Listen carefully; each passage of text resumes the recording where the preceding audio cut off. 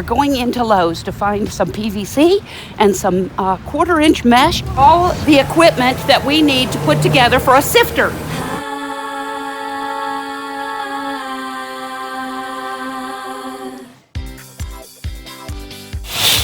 Making our way. Mary Pat Dreblow is on the move. Yeah, we had a little bit of a hazard. And she's not slowing down. Thank you. This mom, wife, and grandmother loves to craft. Walking down to go get the elbows. I wanted to learn how to make a shark tooth sifter. Make a sifter to go shark tooth looking.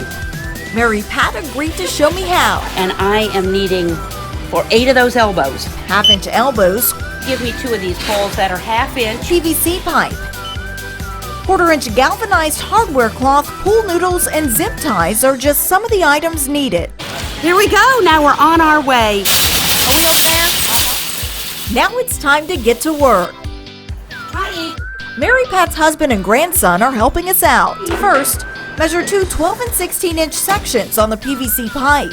12 inches, another 12 inches, and then we want 16.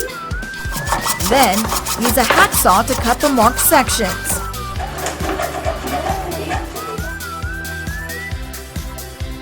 Once completed, Put these on. grab your PVC elbows, assemble the frame, forming a rectangle.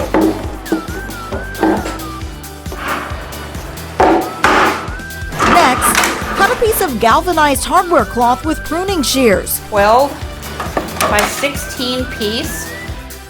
We want to cut this wire a little bit bigger so we have enough to wrap around the pole. The piece must be about 2 inches wider and longer than the PVC frame. Then, What I'm doing is now cutting the corners out of our square so that then I can wrap the wiring around it a little bit and zip tie those on there. You want that whole corner taken out. all right, cut out the 4 corners of the hardware cloth. 3, and last but not least, Now it's time to grab the zip ties.